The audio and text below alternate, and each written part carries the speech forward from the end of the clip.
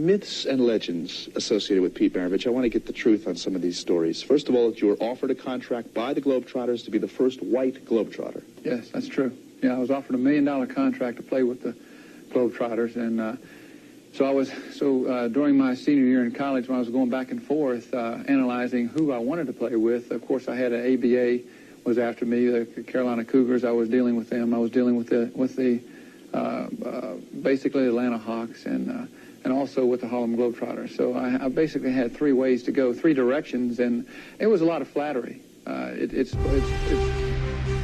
Welcome to Pegasus versus the World, where we take on challenges, comedy, trending topics, and some travel. City boy, city boy. All right, you guys, we're back with Pistol Pete Maravich. Now, I saw this movie when I was super young about Pistol Pete, you know, and I remember getting the whole dribbling through your legs, and his practice, his work ethic practice, but I never really followed him like that. It's so crazy. I just stayed mad focused on Michael Jordan. So I did a first time to a reaction to really what created, you know, the impact Pistol Pete had on basketball that I don't think is really even talked about. Because, like, in this day and age, the only thing you hear is Jordan, LeBron, Kobe, right? And I think there's a conversation to have when we're talking about Larry Bird, Pistol Pete, Michael Jordan. I mean, they're in the conversation as well. That's all I'm saying. You know what I'm saying? I don't follow sports like I used to when I was young. So this is just fun for me, right? Because I've always been so if I'm not like really, really focused on it, like martial arts, I know probably more about martial arts than certain things. You know, there's certain things I obsess over, and it's just never been sports. Like, I've always been trying to get to the bag my whole life, right?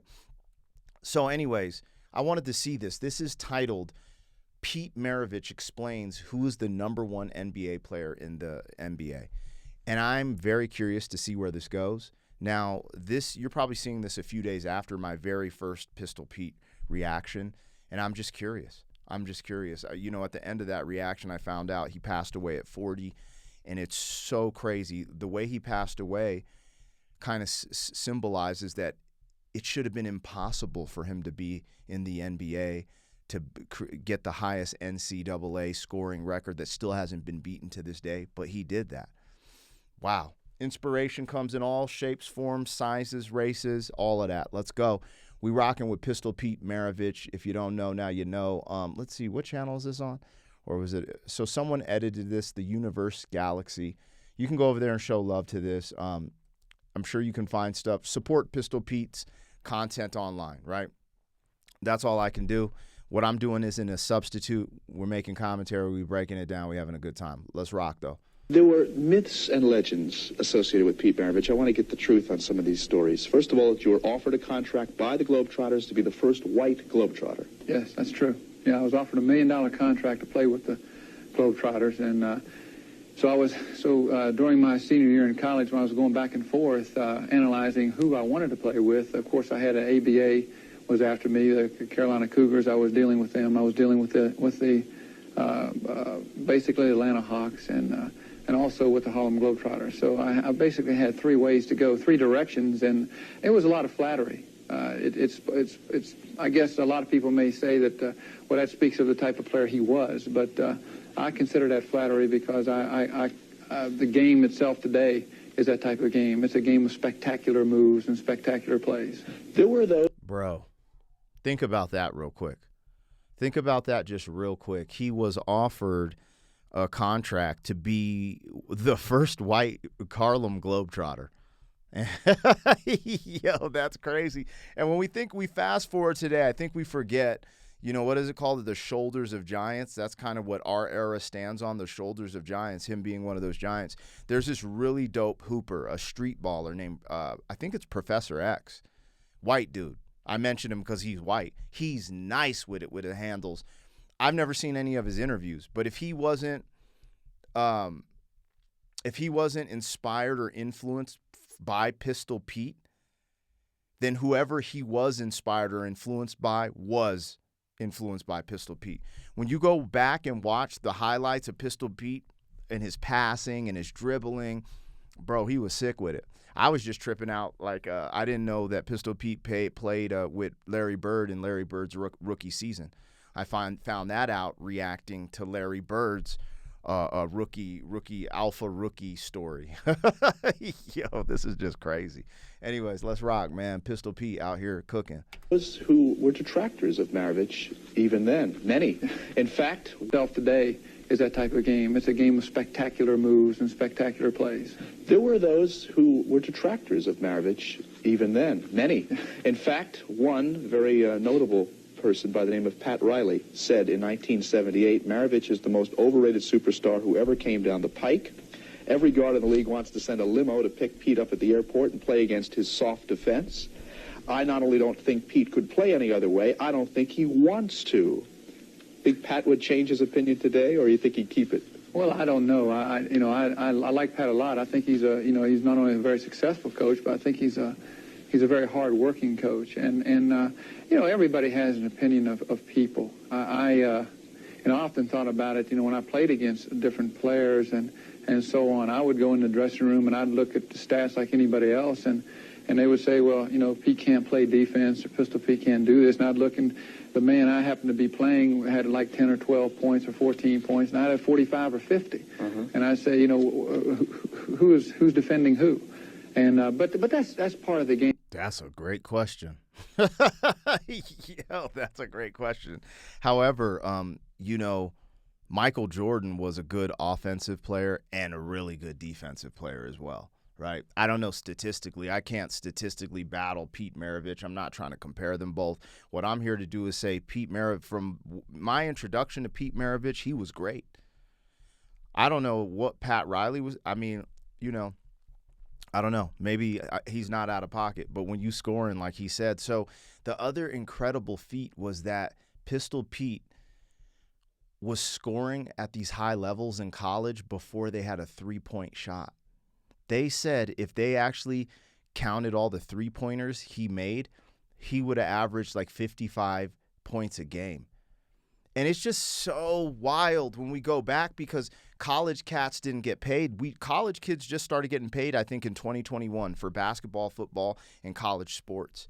But think about what type of payout he would have had, being that, like, Pistol Pete Maravich still holds the record, the high scoring NCAA scoring record for a game to this day. To this day, right now. When I did that reaction, I looked it up. I was like, nah, he ain't still holding that. Yeah, bro, give this man a crown. If his defense was weak, give him a little crown, but give him something, man. Yo, you get a particular reputation, and then it's like taking a pillow, Roy, going up on top of the Empire State Building, tearing it up, letting all the feathers go out.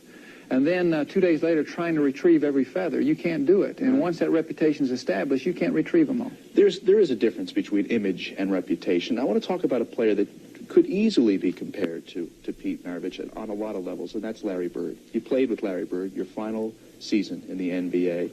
The parallels are stunning. Great, white, pure shooter, basically country boys. Tragedies growing up, both lost parents to suicide. Let's talk about something real quick. We talk about, everyone's so quick to talk about this with black people right now. Let's just keep it a buck. A lot of times I'll preface things a certain way. When we talk right now in 2025, the first black this, the first black that, the first this.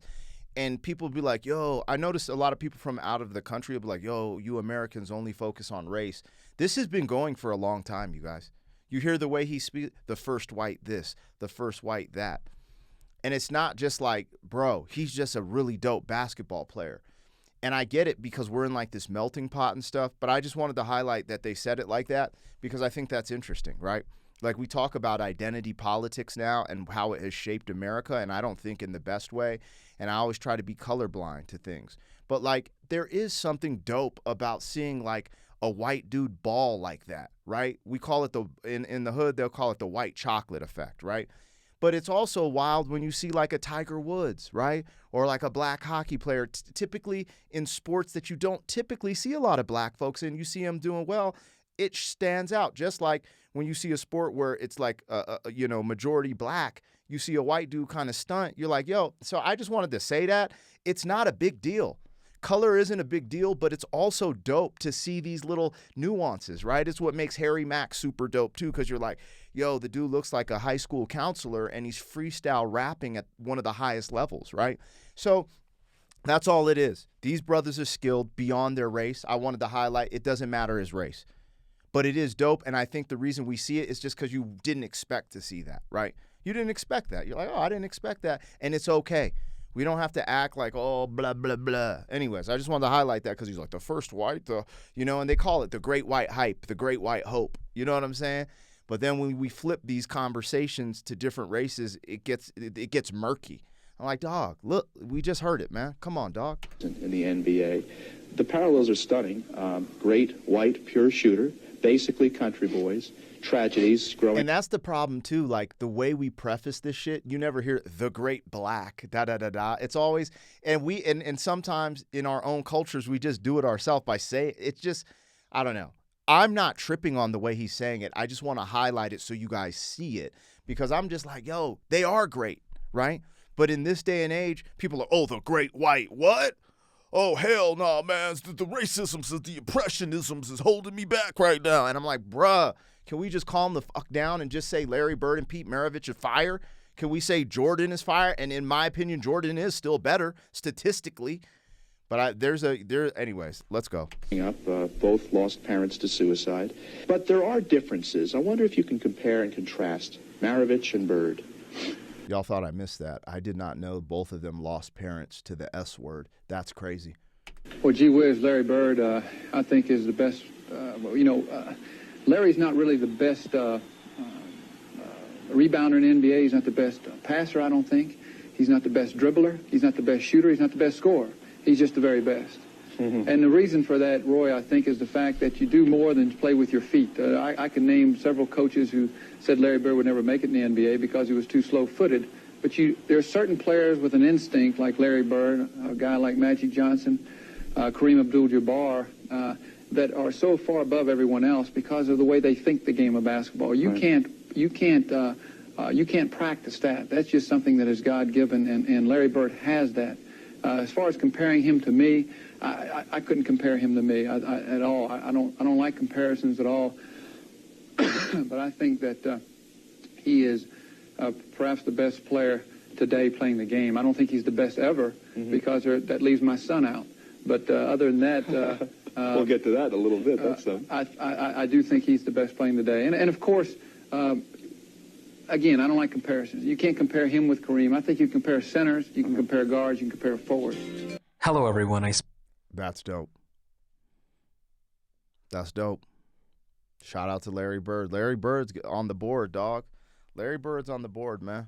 I remember that was my exposure to Larry Bird. Jordan versus Bird on Nintendo. Larry Bird's on. I respect Larry Bird.